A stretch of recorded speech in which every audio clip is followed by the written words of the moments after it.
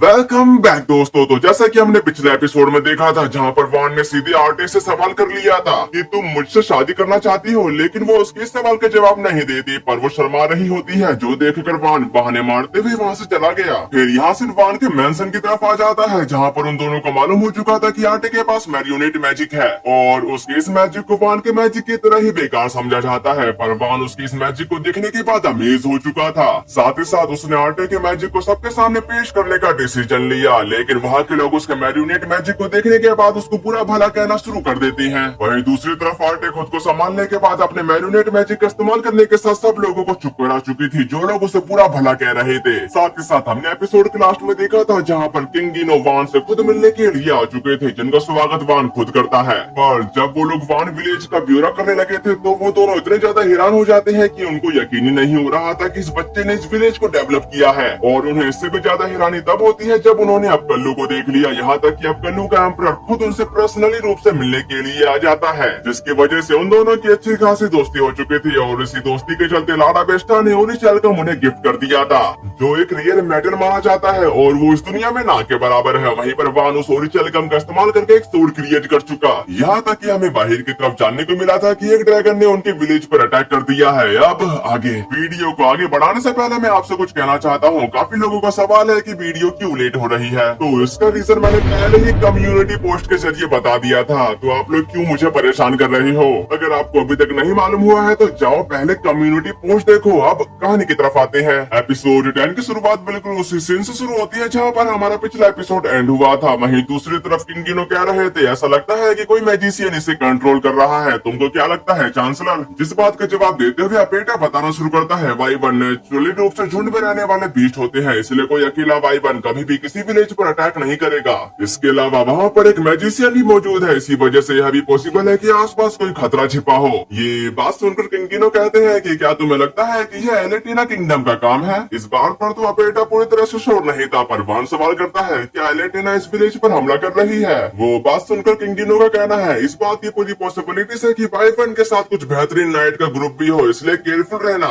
जिस बात पर एग्री करते हुए वान कह रहा था, हालांकि इतनी ऊंचाई पर बैरिस्टा के एरो वहाँ तक नहीं पहुँच पाएंगे, अब बस एक ही चॉइस बची है कि हमें प्रोटोटाइप को डिप्लॉय करना होगा। फिर यहाँ से उस छोटे से नाइट के ग्रुप की तरफ आ गया था, जहाँ पर एक सोल्जर अपने मैजेस्टी को बता रहा होता है, हम जल्दी ही एनिमी के इलाके में होंगे योर मैजेस्टी। और वाइबन पहले से ही ऊपर से सीटों की जासूसी कर रहा है, जिसके जवाब पर वो बंदा बताने लगा था, मुझे यकीन नहीं हो रहा है कि उन्होंने मुझे इतने दूर दराज के विलेज पर हमले की लीडरशिप करने के लिए भेज दिया, और मैं येलेनेटा किंगडम का एड प्रिंस यूनिमोंग येलेनेटा हूँ। उसकी ऐसी बातों को सुनकर वो सोल्जर कहता है कि इस कैंपेन की इम्पोर्टेंस को देखते हुए एम्परर ने आपको इसको लीड करने का ऑर्डर दिया है। येलेनेटा किंगडम के उसके साथ नेबरिंग किंगडम सुकुडोरिया के बीच लंबे समय से कंपटीशन चलता आ रहा है, परंतु अब समय आ गया है कि सुकुडोरिया के साथ इस मसले को हमेशा के लिए सुलझा लिया जाए। इसी वजह से प्रिंस यूनिमोंग हमारी ग्लोरियस पैन कार्ड को लीड करने की लायबिलिटी आपको सौंपी गई है। वैसे भी इस तरह के किसी दूर दराज के विलेज पर कब्जा करना तो बच्चों का खेल होगा, और हम जल्द ही वहाँ पर पहुँचने वाले हैं। फिर यहाँ से कट होकर वान विलेज की तरफ आ गया था, जहाँ पर वाइबन उन विलेज पर अभी भी नजर रख रहा होता है।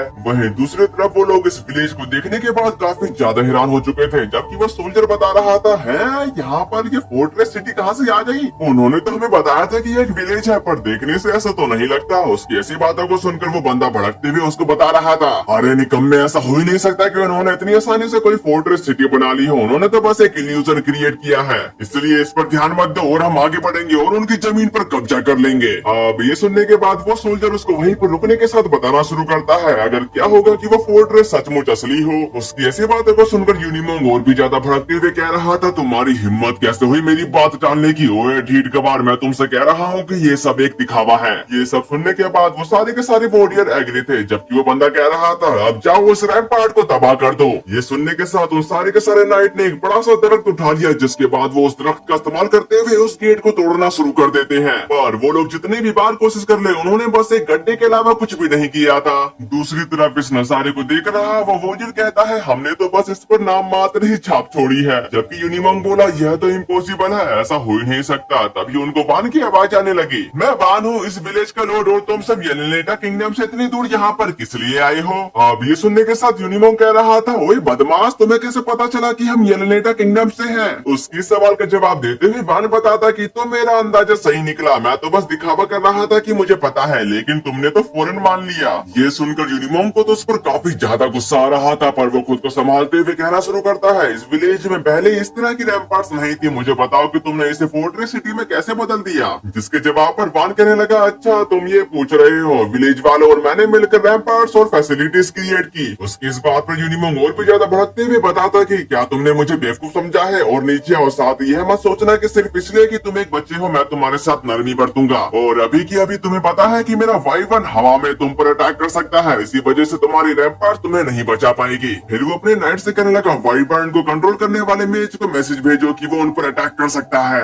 अब ये सुनकर नाइट उसे समझाता है कि लेकिन इस बात की पॉसिबिलिटीज है कि बदले में उस पर भी अटैक किया जाएगा। ये बात सुनकर यूनिमोंग उस पर गुस्सा करते हुए कह रहा था, साले हरामखोर, तेरे को समझ में नहीं आ रहा है कि मैं क्या कहना चाहता हूँ। वाइवन एक ड्रैगन है, उसके हारने का कोई सवाल नहीं उठता। उसको यूं भड़ककर देखकर नाइट आखिर में इसके लिए तैयार हो जाता है। वहीं दूसरी तरफ यूनिमोंग हंसते हुए कह रहा होता है, अब समय आ गया है कि तुम जान लो कि ड्रैगन कितने खौफनाक हो सकते हैं। और जब वो ऐसा कह ही रहा था तभी यासिन वान की तरफ आ जाता है, जहाँ पर वो लेडी पैनामेरा से कह रहा था कि आप जो चाहो उसके साथ कर सकती हो। दूसरी तरफ पैनामेरा उन्हें ऑर्डर दे देती है कि अपग्रेडिंग वर्जन 2.0 को फायर कर दिया जाए। ये सुनने के साथ उन्होंने एक एरो आसमान की तरफ थ्रो कर दिया, जिसके काफी सारे टुकड़े होने के साथ उस वाइवर्न पर बरसना शुरू कर देते हैं, जिसकी वजह से वाइवर्न तो वहीं पर निपट गया। वहीं दूसरी तरफ यूनिमोंग जो जोर जोर से हंस रहा था, उसके तोते उड़ चुके थे। जबकि वान बताना शुरू करता है, ये शुरिकेन है, ये पतले और हल्के होते हैं, इसलिए मैंने सोचा कि इन्हें किसी और तरह से मैं बम में भर दूं। ये बात सुनकर किंगिनो कहते कि क्या यही तुम्हारा प्रोटोटाइप था। जिस बात पर एग्री करते हुए वान कहने लगा, यह पहली बार है जब मैंने इसका इस्तेमाल किया है, लेकिन कुछ हद तक ये सक्सेसफुल रहा।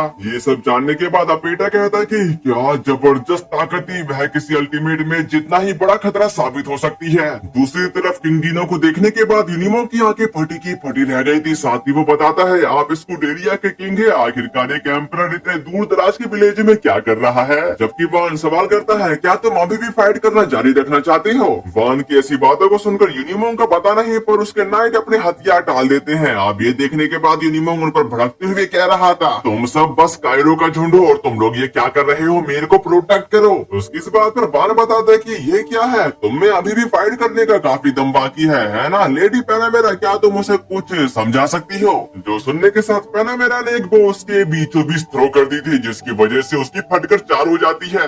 यहाँ तक कि पैनामेरा सामने की तरफ आते हुए बता रही थी, अगला वाला चूकेगा नहीं। दूसरी तरफ अपेटा कहता है कि ये लड़का सरप्राइज से भरा हुआ है, जिस पर एग्री करते हुए किंगिनो बोले कि बिल्कुल तुमने सही कहा, मार्क्विस पटियो ने एक जबरदस्त बेटे को जन्म दिया है। जबकि अपेटा कुछ सोचते हुए कह रहा होता है, अगर मुझे सही से याद है तो मैंने सुना था कि मार्क्विस ने बैरन को उसके घर से बाहर निकाल दिया था, और उसका ये कहना ही था। तभी किंगिनो कहता है कि मुझे शक है कि उसने कभी सोचा भी होगा कि बेकार मैजिक एप्टीट्यूड वाला कोई पर्सन ऐसे कारनामे कर सकता है। और जब हम कैपिटल लौटेंगे तो हमें मैजिकल एप्टीट्यूड पर अपने रिसर्च पर फिर से विचार करना होगा। इसी के साथ यहाँ सिनकट होकर एक कार्ल कोठली की तरफ आ गया था, जहाँ पर अपेटा उससे सवाल करता है, तो अब योर हाइनेस क्या आप हमें अपनी स्ट्रेटेजी के बारे में बता सकती हो। पर यूनिमोंग कुछ भी कहने को तैयार नहीं था। जो सुनकर अपेटा कहा कि बेटा अब जो तुम्हारे साथ होने वाला है वो तुम इमेजिन भी नहीं कर सकते। जिसके बाद पैनामेरा अपने सोर्ड को उस पर तानते हुए कहना शुरू करती है, क्या मैं तुम्हारे नाखूनों को एक एक करके उखाड़ दूं या मैं तुम्हारी आंखें निकाल दूं, तुम किसे सेलेक्ट करोगे। उसकी ऐसी बातों को सुनकर यूनिमोंग की फटकर चौसठ हो चुकी थी। साथ ही वो कहना शुरू करता है, प्लीज ऐसा मत करो, ठीक है मैं बताता हूँ, मैं सब बता दूंगा। येलेनेटा किंगडम कई सालों से इस हमले की प्लानिंग बना रहा है। हम मार्क्विस पटियो के इलाके में मौजूद इस विलेज पर कब्जा करने की इसकी शुरुआत करेंगे, और हमने मान लिया था कि इस दूर दराज के विलेज पर कब्जा करना काफी आसान होगा। जो सब जानने के बाद पैनामेरा कहती कि फिर भी यहाँ तुम हार गए, कितनी शर्म की बात है। वहीं दूसरी तरफ अपेटा का कहना है, क्या तुम मुझे बता सकती हो कि तुम दूसरे इलाकों पर भी अटैक करने की प्लानिंग बना रहे थे। ये बात सुनकर यूनिमोंग कहने लगा, ठीक इसी पल एक अलग आर्मी उस सिटी पर हमला कर रही है जिसके पीछे हम असल में पड़े हैं, और वो है फोर्ट्रेस सिटी ऑफ स्कूडिया। उसकी ऐसी बातों को सुनकर वो दोनों काफी ज्यादा हैरान हो जाते हैं। फिर यहाँ से इनकट होकर वान के मैसन की तरफ आ गया था, जहाँ पर पैनामेरा ने यूनिमोंग की सारी बातें किंगिनो को बता दी थी। साथ ही वो कहे, मेरी धमकियों से ही उसने यह इन्फॉर्मेशन निकाली है। वहीं दूसरी तरफ बैठा हुआ पेटा कह रहा था, मेरा मानना है कि मैजेस्टी मुझे और आपको तुरंत रॉयल कैपिटल में लौट जाना चाहिए, जिसके बाद हमें फौरन नाइट्स को इकट्ठा करना होगा और स्कूडिया को प्रोटेक्ट करने के लिए डिपार्चर करना होगा। उसकी ऐसी बातों को सुनकर किंगिनो बताते हैं कि मैं मोटे तौर पर तुम्हारी बात से सहमत हूँ, लेकिन मुझे एक रिक्वेस्ट करने दो। बैरन वान नहीं पटियो, मैं तुमसे आग्रह करता हूँ कि तुम स्कूडिया को प्रोटेक्ट करने में हमारी मदद करो। ये बात सुनकर वान काफी हैरान हैरान हो गया था, पर वो अपने मन में कहता कि आमतौर पर मैं ऐसे हालात में कुछ भी नहीं कह पाता, लेकिन इस बार मैं हार नहीं मानूंगा क्योंकि मैं इस विलेज में छिप कर रहना चाहता हूँ। जो सब सोचने के बाद वो उनको बताना शुरू करता है, आपकी रिक्वेस्ट से मैं ग्रेटली ऑनर्ड फील कर रहा हूँ, परंतु उस विलेज में अभी भी डेवलपमेंट के स्टेज के होने के दौरान इसे छोड़कर जाना इसे सैक्रिफाइस देने के समान ही है। इस पे पेटा कह रहा था, भले ही तुम्हारे पास ऐसे वेपन हो जो वाइवर्न में होल्ड करने में कैपेबल हो, फिर भी तुम यह दावा करते हो कि अभी भी यह इवोल्व हो रहा है। जिस बात पर वान पूरी तरह से एग्री करते हुए बताना शुरू करता है, मैंने जो इमेजिन किया है उसका 10वां हिस्सा भी मुश्किल से पूरा किया है और मैं इसके लिए और भी बहुत कुछ बनाना चाहता हूँ। अब ये सुनकर उन दोनों की बोलती बंद हो चुकी थी, जबकि दूसरी तरफ पैना मेरा जोर जोर से हंसने के साथ कहती है कि तुम सच में बड़े मजेदार हो लड़के, मैं ये देखने के लिए बेताब हूं कि तुम इन सबसे भी ज्यादा जबरदस्त चीज क्या बनाते हो। हालांकि तुम्हें यह गुंजाइश मान लेनी चाहिए, जब सिटी पर कोई डिजास्टर आता है तो हर नोबल पर्सन का फर्ज बनता है कि वह सिटी की मदद करे। असल में जब तुम नोबल बनते हो तो तुम यही वादा करते हो। पैना मेरा की ऐसी बातों को सुनने के बाद वान कुछ देर सोचने के बाद बताता कि अगर ये किसी नोबल का कर्तव्य है तो मैं इसमें पार्टिसिपेट करूंगा। हालांकि एक लॉर्ड के तौर पर मेरी भी अपनी जिम्मेदारियां भी है, इसलिए प्लीज मुझे अपनी ट्रूप्स को खुद ऑर्गेनाइज करने की परमिशन दो, जिसके लिए किंग गिनो पे तैयार हो चुके थे। इसी के साथ यहाँ से बाहर की तरफ आ गया था, जहाँ पर वान सबसे कह रहा होता है, आखिरकार मैंने विलेज की डिफेंस पूरी तरह से सेटअप कर ली है और अब मुझसे कहा जा रहा है कि मैं विलेज छोड़कर पैदल पर चला जाऊं। खैर सर एस्पार्टा, क्या मैं तुमसे एक रिक्वेस्ट कर सकता हूँ कि आप इस विलेज की एक्टिंग ओनर के तौर पर इस विलेज को प्रोटेक्ट करो। जिसके लिए एस्पार्टा पूरी तरह से एग्री था, पर वो उससे सवाल करता है, लेकिन क्या तुम मेरे बिना ठीक रहोगे? जिस पर वान बताने लगा, खैर इस बात को लेकर मैं थोड़ा परेशान हूँ, लेकिन आपकी जैसी काबिलियत वाला कोई पर्सन मेरी जगह पर लोड बन सकता है। यहाँ तक कि टी, तुम और शिवाली कोडर मेरे साथ आओगे। और बात करें टील और केमचन, ये खतरनाक होगा, इसलिए। और वो आगे कुछ भी कह पाता उससे पहले ही टील कहने लगी, मैं भी आ रही हूँ, मैं तुम्हारे साथ चल रही हूँ, ठीक है। अब इसके आगे वान उन्हें कुछ भी नहीं कहता, पर वो बता रहा था, लेकिन क्या ये काफी होगा? रॉयल कैपिटल के लोग यह तो नहीं कहेंगे कि मैं काफी कम आर्मी के साथ यहाँ पर आया हूँ। इस पे डी कुछ सोचते हुए बोला, जो लोग तुम्हारी पावर को जानते हैं उनके लिए काफी से ज्यादा होगा, लेकिन जो नहीं जानते उनके बारे में कुछ कहना मुश्किल है। उसी वक्त वहाँ पर और टपकते हुए कहने लगा, क्या तुमको कोई एतराज है अगर हम तुम्हारी हिफाजत का काम अपने जिम्मे ले लें? आमतौर पर हमारा बैटल से कोई लेना देना नहीं होता, लेकिन तुम्हारी हिफाजत करने का काम लेने से हमें कोई एतराज नहीं है। उसकी ऐसी बातों को सुनकर वान काफी ज्यादा खुश होने के साथ कहता कि यार ये सुनकर मुझे काफी खुशी हुई, तो क्या फिर तुम दूसरे एडवेंचर से भी कॉन्टेक्ट कर सकते हो? उन्हें बता देना कि मैं एक बड़ा सोने का सिक्का और हर पर्सन को 5 सोने के सिक्के दूंगा। अब ये सुनकर और तो इम्प्रेस होते हुए कहा कि इसके लिए तुम्हारा शुक्रिया, मुझे पूरा यकीन है कि हर कोई इसे खुशी खुशी एक्सेप्ट करेगा। दूसरी तरफ वान कुसाला से सवाल करता है, तुम भी हमारे साथ चल रहे हो है ना कुसाला? वान की ऐसी बातों को सुनकर कुसाला डरते हुए कह रहा था, क्या तुम मुझे फिर से कुछ करने के लिए मजबूर कर रहे हो? उसकी इस बात पर वान बताता कि सच कहूँ तो उसकी वजह यह है कि मेरे नाइट में ऐसा कोई सुटेबल स्काउट नहीं है। जो सुनकर कुसाला कहता है, खैर यह सच है, लेकिन अगर कोई काम है तो कम से कम मुझसे यह तो पूछा जाना चाहिए कि मैं इसे एक्सेप्ट करूंगा या नहीं। उसकी इस बात पर वान बताता कि लेकिन अगर तुम इस क्वेस्ट को एक्सेप्ट नहीं करोगे तो तुम्हें बारबेक्यू में आना मना है। अब ये सुनकर कुसाला काफी हैरान हो गया था। साथ ही वो कहता है, क्या मैं बारबेक्यू छोड़ दूं? ऐसा कभी नहीं हो सकता, तो मैं पक्का आ रहा हूँ, बिल्कुल आ रहा हूँ। तभी पैना मेरा सामने की तरफ आते हुए कहना शुरू करती है, मैं ये सब बताने के लिए काउंट फर्डिनेटो के पास वापस लौट रही हूँ, लेकिन उसके बाद मैं अपने ट्रूप्स को इकट्ठा करूंगी और तुरंत स्कूडिया के लिए रवाना हो जाऊंगी। वैसे तुम कौन सी वेपन अपने साथ ले जा रहे हो? अब ये सुनकर बात सोच में पड़ गया। साथ ही वो बता रहा होता है, मैं अपने कुछ क्रिएशन अपने साथ ले जाना चाहता हूँ, लेकिन मैं अभी जिस हालात में हूँ वैसे कोई भी बैरिस्टर मैं अपने साथ नहीं ले जा सकता। और वान अभी इसी बारे में सोच ही रहा होता है, तभी आटे कहने लगी, इस केस में क्या मैं अपनी मैरिनेट ले जा सकती हूँ? और इस बात पर वान ने उसे हाँ करा या ना करा हमें इस बारे में कुछ देर में पता चल जाएगा। फिर हम दूसरी तरफ आते हैं, जहाँ पर वान उन सभी को बता रहा होता है, यह सिडोसी वाले कोडर का पहला कैंपेन होगा। हमारा मिशन सबसे बड़े नेबरिंग फोर्ट्रेस सिटी स्कूडिया को प्रोटेक्ट करना है और हमारे एनिमी येलेनेटा किंगडम के नाइट है, उन्होंने अनगिनत बार हमारी सिटी की सीमाओं का टेस्ट किया है और वे हमारी तरह नहीं है, वे काफी एक्सपीरियंस्ड होंगे। फिर भी डरने की कोई बात नहीं है, यहाँ तक कि हम अगली लाइनअप में नहीं जाएंगे, क्योंकि हमारा गोल यह है कि यहाँ मौजूद हर कोई व्यक्ति सुरक्षित और सही सलामत इस विलेज में वापस लौटेगा। साथ ही साथ तुम्हारे लॉर्ड के तौर पर जिन जानों की जिम्मेदारी आप मुझे सौंप रहे हैं, मैं उनके लिए जवाबदेह हूँ। इसी वजह से आप सभी की प्रोटेक्शन के लिए मैं अभी अपनी पूरी ताकत लगा दूंगा, इसलिए अपनी जान की कदर आप भी करें। और जब ये बैटल खत्म हो जाएगी फिर हम सब मिलकर इस विलेज को संभालेंगे और एक उन पर बारबेक्यू का मजा लेंगे। इसी के साथ यहाँ सीन कट होकर वान के रियल घर की तरफ आ गया था, जहाँ पर जलपा काफी ज्यादा हैरान होने के साथ कहता है, क्या स्कूडिया पर हमला किया गया है? जिस पर वो बंदा एग्री करते हुए कह रहा होता है, हाँ आप बिल्कुल ठीक कह रहे हैं, येलेनेटा किंगडम ने आर्मी भेजी है। उसकी इस बात पर जल्पा बताता है कि लेकिन स्कूडिया इनपेनिट्रेबल है, वह इतनी आसानी से नहीं गिरेगा, यहाँ तक कि हम ट्रूप्स को इकट्ठा करेंगे और तुरंत स्कूडिया की ओर रवाना होंगे और नेबरिंग लॉर्ड्स के पास मैसेंजर भेजकर उनसे भी ट्रूप्स भेजने की रिक्वेस्ट करो। ये बात सुनकर वो बंदा बताता है कि आपके बेटे लॉर्ड बान का रूल वाला विलेज स्कूडिया के पास है, इसलिए हमें भी। और वो आगे कुछ भी कह पाता उससे पहले ही जल्पा कहने लगा उस विलेज के पास भेजने के लिए कोई भी ट्रूप्स नहीं होंगे, वह तो मुश्किल से खाने भर का ही कमा पाते हैं। उनकी ऐसी बातों को सुनकर वो बंदा कहने लगा फिर भी रॉयल कैपिटल से आए एडवेंचर के अनुसार लॉर्ड बान ने एक ड्रैगन को हराने के लिए बैरन की उपाधि प्राप्त कर ली है। और वो उसके आगे कुछ भी कह पाता उससे पहले ही जल्पा बोल पड़ता है ड्रिबल बैन के पास कोई इंटरनल मैजिक नहीं है, ऐसा कोई तरीका नहीं है जिससे वह किसी ड्रैगन को हरा सके। और ड्रिबल रुकता नहीं, वो बताता है कि यह सच हो सकता है लेकिन लॉर्ड बान कोई आम बच्चा नहीं है, हो सकता है कि उसने कुछ एक्स्ट्रा ऑर्डिनरी किया हो। उसके मुंह से बान की तारीफें सुनने के बाद वो पक चुका था, साथ ही उससे कहा कि तैयारियों को शुरू करो, हम तुरंत स्कूडिया की ओर निकल रहे हैं। इसके बाद यहाँ से फोर्ट्रेस सिटी साउथ गेट की तरफ आ जाता है, जहाँ पर जल्पा काफी ज्यादा हैरान होने के साथ कह रहा था इम्पॉसिबल, स्कूडिया की इम्पेनिट्रेबल रैम्पार्ट टूट गई है, उसे एलेनेटा का सत्यानाश हो, उसने इतने सारे वाइवर्न को गश्त पर लगा रखा है, इसी वजह से हम पीछे हट रहे हैं ताकि फिर से रीग्रुप हो सके। और वो पीछे हट पाते उससे पहले ही वाइवर्न पर बैठे उन मैजिशियन की उन पर नजर पड़ जाती है, जिसके बाद उन्होंने ऊपर से ही गोला बारूद बरसाना शुरू कर दिए। जो देखकर एक बंदा कह रहा था लॉर्ड जल्पा, हमारी आर्मी लगभग पूरी तरह से डिस्ट्रॉय हो चुकी है। और जब वो ऐसा कह रहा था तभी हम एक वाइवर्न की तरफ आते हैं जो सीधे जल्पा की तरफ ही बढ़ रहा होता है। उस वाइवर्न को अपनी तरफ बढ़ता देखकर जल्पा कहने लगा लगता है मेरा यही अंत है। और वो वाइवर्न अचानक से अपनी डायरेक्शन चेंज करने के साथ सामने की तरफ जाने लगा, जो देखकर जल्पा कहने लगा क्या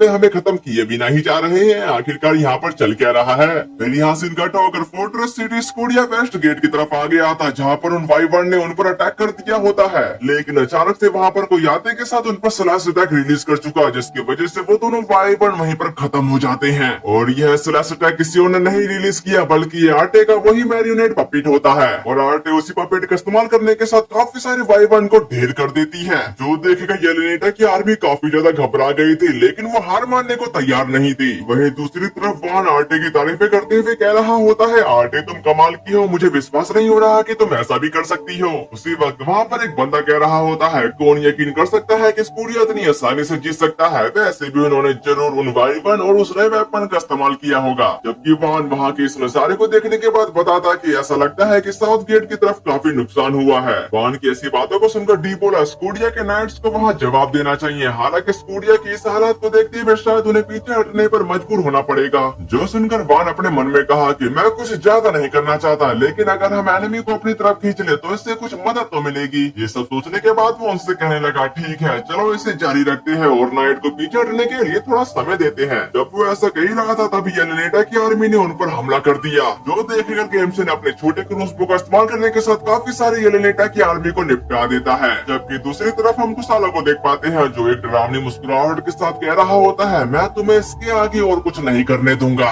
यहाँ तक कि वो दोनों भी एक एक बंदे निपटाते हुए कहते हैं कि माफ करना, लेकिन हम यहाँ हार नहीं सकते और मुझे तुम्हारे लिए बुरा लग रहा है। नेक्स्ट सीन में वाइवर्न ने वान पर अटैक कर दिया था, जो देखकर वान काफी ज्यादा घबरा जाता है और वो वान को छू पाता उससे पहले ही आटे के पिटाते के साथ उसको जान से मार देता है। पर बल अभी तक टले नहीं थी, तभी सामने की तरफ एक सोल्जर जोर जोर से अपने साथियों को बता रहा होता है हमें अपनी पूरी ताकत से उन्हें कुचलना होगा। जो सुनकर वो नाइट सारे के सारे एकदम तैयार खड़े थे। वहीं दूसरी तरफ वान कहना शुरू करता है हमने काफी लोगों को अपनी तरफ खींच लिया है, खैर मुझे लगता है कि हमने उन्हें भागने का मौका भी दे दिया होगा और सब लोगों का पीछे हटने का समय आ गया है। अब ये सुनकर और तो हैरान होते हुए सवाल करता है क्या हम सच में भाग रहे हैं, तुम्हें पता है हो सकता है कि हम सच में जीत जाएं। उसके इस सवाल का जवाब देते हुए वान कहता है याद है मैंने शुरू में क्या कहा था, हमारा सबसे पहला मकसद ये है कि हर कोई सही सलामत घर वापस लौटेगा। अगर किसी की भी जान चली गई तो मुझे जरा भी खुशी नहीं होगी, भले ही हम जीत जाए या फिर यहाँ किसी को मरने का शौक है, अगर नहीं तो चलो हम जितने तेजी से हो सके यहाँ से भाग निकले। जिसके लिए वो सब एग्री थे। फिर यहाँ से निकट होकर जल्पा की तरफ आ गया था, जहाँ पर उसे एक बंदा कह रहा होता है लॉर्ड जल्पा अब हमारी अगली चाल क्या होनी चाहिए। जिस बात पर जल्पा बताते हैं कि हमें स्कूडिया को फिर से जीतना होगा और हम अपने नाइट को फिर से रीऑर्गेनाइज करेंगे, इसी वजह से इसका तुरंत इंतजाम करो।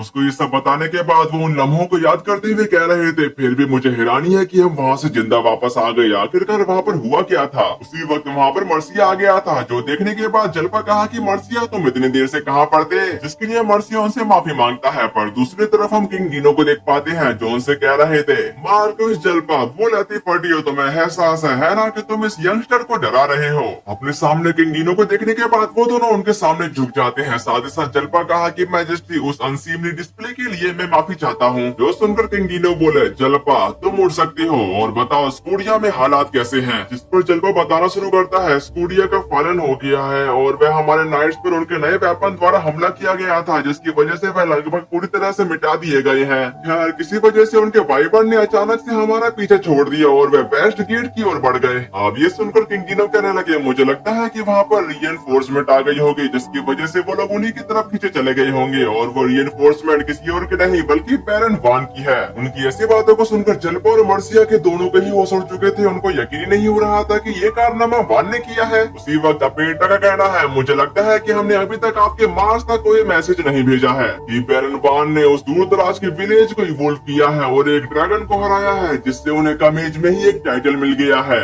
उनकी इस बात पर जलपा हैरान होने के साथ कहता है कि लेकिन वान कोई एलिमेंटल मेज नहीं है, ऐसा कोई तरीका नहीं है कि जिससे वह ऐसा कर सके। उसकी ऐसी बातों को सुनकर अपेटा कहा कि मार्कुस क्या तुम ये कह रही हो कि मैं झूठ बोल रहा हूँ। वहीं दूसरी तरफ मर्सी अपने मन में कहा कि तो क्या वान ने एक नया टाइटल जीत लिया है। और जब वो ऐसा सोच ही रहा था तभी किंगिनो उससे कहने लगे, यंग मैन क्या तुम इस बात से निराश हो कि तुम्हारे छोटे भाई ने तुमसे पहले ही ग्लोरी हासिल कर ली है। इस पे मर्सिया खुशी के आंसू बहाते हुए कहा कि बिल्कुल उल्टा, मुझे तो उस पर काफी प्राउड है। और इसी के साथ यहाँ सीन कट होकर वान की तरफ आ गया था, जहाँ पर एक बोनफायर चल रही होती है। तभी टी कहने लगा, लॉर्ड वान अब आप आगे क्या करने की प्लानिंग कर रहे हो। जिस बात पर वान बताने लगा, मुझे पक्का नहीं पता पर मुझे लगता है कि एक नोबल के तौर पर मैंने अपना फर्ज निभा दिया है, लेकिन अगर स्कूडिया को वापस नहीं जीता गया तो उसका मतलब होगा कि लंबे समय तक अपने आसपास एक खतरा बना रहेगा। दूसरी तरफ आर्टे का कहना है, लॉर्ड वान ये पहली बार था जब मैंने असल में बैटल को अपनी आंखों से देखा, लेकिन मुझे यह एक भयानक जगह लगी जहाँ बेकसूर लोगों को भी मार दिया जाता है। अगर मुमकिन हो तो मैं दोबारा वहाँ कभी नहीं जाना चाहूंगी। आर्टे की ऐसी बातों को सुनकर वान बताता कि फिर भी हम लेडी पैनामेरा के कलीग्स हैं जो इस बैटल में शामिल है, इसलिए मुझे लगता है कि हमें किसी न किसी रूप से मदद देनी होगी। तो चलिए एक नया वेपन बनाते हैं जो है कैटापुल्ट। बैटल ग्राउंड में कुछ कैटापुल्ट भिजवा देते हैं और फिर हम ये दावा कर सकते हैं कि हमने भरपूर मदद प्रोवाइड की है। अपने सामने इतने बड़े कैटापुल्ट को देखने के बाद फिल हैरान होने के साथ कह रही थी, ये कितना बड़ा है, वैसे आप कितने बनाने के बारे में सोच रहे हैं। उसकी सवाल का जवाब देते हुए वान बताना शुरू करता है, मुझे लगता है कि 20 स्टेबल और 5 सरफेस पर चलने वाले काफी होंगे, लेकिन मुझे लगता है कि इतने सारे स्कूडिया तक पहुंचाना मुश्किल होगा। लेकिन वो कुछ देर सोच में पड़ने के साथ कहा कि